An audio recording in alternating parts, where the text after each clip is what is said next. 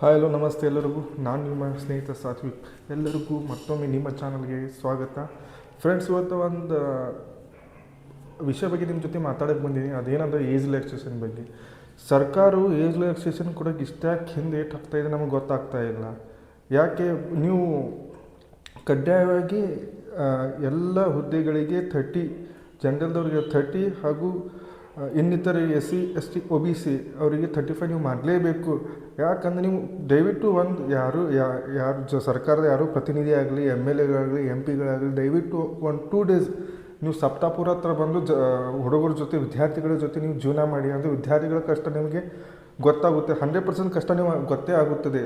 6 year ಆಯಿತು, ಒಬ್ಬೊಬ್ಬರು ಅಲ್ಲೇ ಇನ್ನೂ ಧಾರವಾಡ ಸ್ಟಡಿ ಮಾಡ್ತಾವ್ರೆ. ಇವಾಗ ಕಾಲ್ ಮಾಡ್ತಾರೆ, ಅವಾಗ ಕಾಲ್ ಮಾಡ್ತಾರೆ, ಬಟ್ ಎಕ್ಸಾಮ್ ನೋಟಿಫಿಕೇಷನೇ ಆಗ್ತಾಯಿಲ್ಲ.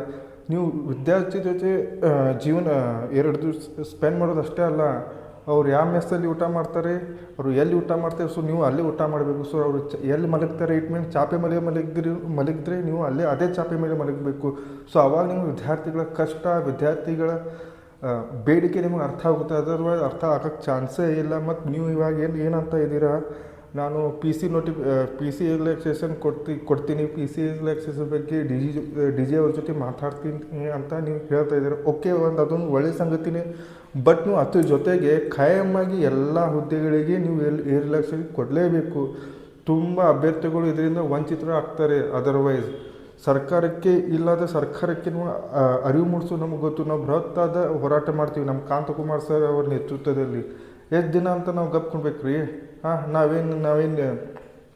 ಏನು ಆಸ್ತಿಯಲ್ಲಿ ಪಾಲು ಕೇಳ್ತಾ ಇದ್ದೀವ, ನಮ್ಮ ಹಕ್ಕು ನಾವು ಕೇಳ್ತಾ ಇದ್ದೀವಿ.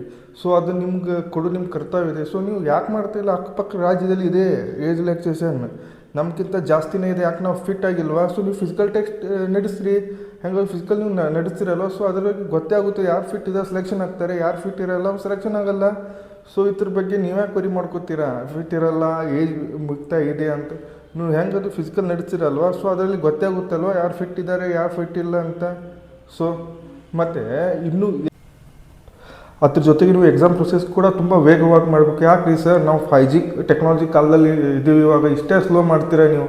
2 to 3 ಇಯರ್ಸ್ ಬೇಕಾ ನಿಮ್ಮೊಂದು ಎಕ್ಸಾಮ್ ನೋಟಿಫಿಕೇಷನ್ ಆದಮೇಲೆ, ಫೈನಲ್ 1:3 ಆದಮೇಲೆ, ಫೈನಲ್ 1:1 ಆದಮೇಲೆ, ಡಾಕ್ಯುಮೆಂಟ್ ವೆರಿಫಿಕೇಷನ್ ಆದಮೇಲೆ ಮಿನಿಮಮ್ 3 ಇಯರ್ಸ್ ಬೇಕಾಗುತ್ತೆ ಸ್ಟೂಡೆಂಟ್ಗೆ. ಯಾಕೆ ಇಷ್ಟು ಲೇಟ್ ಆಗಬೇಕು? ನಾವು ಇವಾಗ 5G ಟೆಕ್ನಾಲಜಿಯಲ್ಲಿ ಇದ್ದೀವಿ. ಅದ್ರ ಜೊತೆಗೆ ಇನ್ನೊಂದು ಇವಾಗ ದೊಡ್ಡ ಸಮಸ್ಯೆ ಆಗಿರೋದಂದರೆ ಮೀಸಲಾತಿ ವಿಚಾರ. ಅದೇ ಅಂದರೆ ಮೀಸಲಾತಿ 3A ಮತ್ತು 3B ಅವರಿಗೆ ದೊಡ್ಡ ಅನ್ಯಾಯವಾಗ್ತಾ ಇದೆ.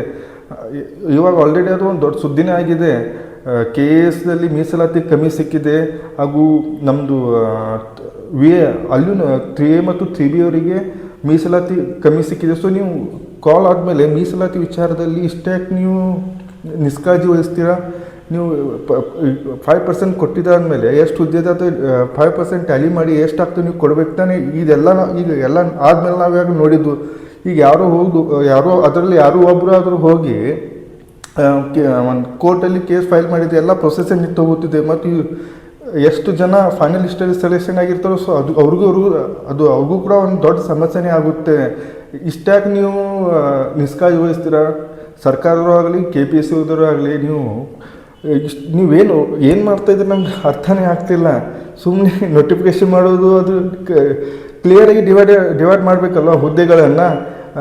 ಎಷ್ಟು ದೊಡ್ಡ 3B ಅಂತೂ ಬೃಹತ್ತಾದ ಸಂಖ್ಯೆ ಇದೆ. ಅದು ಅವರಿಗೆ ದೊಡ್ಡ ಅನ್ಯಾಯವಾಗಿದೆ. ನೀವು ಈ ಥರ ಮೋಸ ಮಾಡ್ತಾ ಇದ್ದೀರಾ ಹುದ್ದೆ ಡಿವೈಡೇಷನ್ ಮಾಡೋದರಲ್ಲಿ. ಯಾಕೆ ರೀ ಹುದ್ದೆ ಡಿವೈಡೇಷನ್ ಮಾಡೋದು ನೀವು ತಪ್ತಾ ಇದ್ದೀರಾ? ಏನು ಪ್ರಾಬ್ಲಮ್ ಏನು ನಿಮ್ಮದು? ಇನ್ನೂ ನಾವು ಎಷ್ಟು ಸಹನೆ ಮಾಡಬೇಕು ಕಾಂಪಿಟೇಟಿವ್ ಫೀಲ್ಡ್ನಲ್ಲಿ? ನಾವೊಂದು ಸರ್ಕಾರಕ್ಕೆ, ನಮ್ಮ ರಾಜ್ಯ ಸರ್ಕಾರಕ್ಕೆ ಒಂದು ನಮ್ಮ ಕಡೆಯಿಂದ ಸೇವೆ ಸಲ್ಲಿಸ್ಬೇಕಂತ ನಾವು ಈ ಫೀಲ್ಡಲ್ಲಿ ಚೂಸ್ ಮಾಡಿದ್ದೀವಿ. ಸೊ ನೀವು I think 6 to 8 years study ಮಾಡೋರು ಈ ಫೀಲ್ಡ್ನಲ್ಲಿ ಇನ್ನೂ ವೇಟ್ ಮಾಡ್ತಾರಲ್ಲ. ಇವಾಗ ವೇಟ್ ಮಾಡ್ತಾ ಇದ್ದಾರೆ ಅವರು. ಈ ಸರಿ ಆಗಿಲ್ಲ, ಮುಂದಿನ ಸರಿ ಆಗ್ತದೆ, ಮುಂದಿನ ಸರಿ ಆಗಿಲ್ಲ, ಅದ್ರ ಮುಂದಿನ ಸರಿ ಆಗ್ತದೆ. ಬಟ್ ಏನಾದರೂ ಅದ್ರ ಜೊತೆಗೆ ಒಂದು ಪ್ರಾಬ್ಲಮ್ ಬರ್ತಾನೆ ಇದೆ. 2020 ಕೋವಿಡ್ ಏನು ಸ್ಟಾರ್ಟ್ ಆಗಿದೆ ಅಲ್ವಾ, ಅದರಿಂದ ಅವಾಗೇನು ಪ್ರಾಬ್ಲಮ್ ಸ್ಟಾರ್ಟ್ ಆಗಿದೆ. ಅದಾದಮೇಲೆ PSI ಸ್ಕ್ಯಾಮ್ ಆಯಿತು. ಅದಾದಮೇಲೆ ಮತ್ತು KSದೇನೋ ನಮ್ಮದು ಕನ್ನಡ ಟ್ರಾನ್ಸ್ಲೇಷನ್ ಚೆನ್ನಾಗಿಲ್ಲ ಅಂತ ಅಲ್ಲೂ ಏನೋ ಪ್ರಾಬ್ಲಮ್ ಆಯಿತು. ಈ ಪ್ರಾಬ್ಲಮ್ ಮೇಲೆ ಪ್ರಾಬ್ಲಮ್ ಇನ್ನೂ ಎಷ್ಟು ಪ್ರಾಬ್ಲಮ್ ಅದು.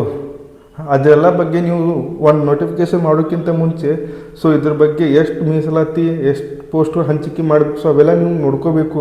ಇವಾಗ ಗೊತ್ತಾಗ್ತಾ ಇದೆ ಇದು KSದು ಆಗಲಿ, ವಿಲೇಜ್ ಅಕೌಂಟೆಂಟ್ ಆಗಲಿ, ಥರ್ಡ್ ಬಿ ಮತ್ತು 3A ಅವರಿಗೆ ದೊಡ್ಡ ಅನ್ಯಾಯವಾಗಿದೆ ಇದರಲ್ಲಿ ಅಂತ. ಓಕೆನಾ?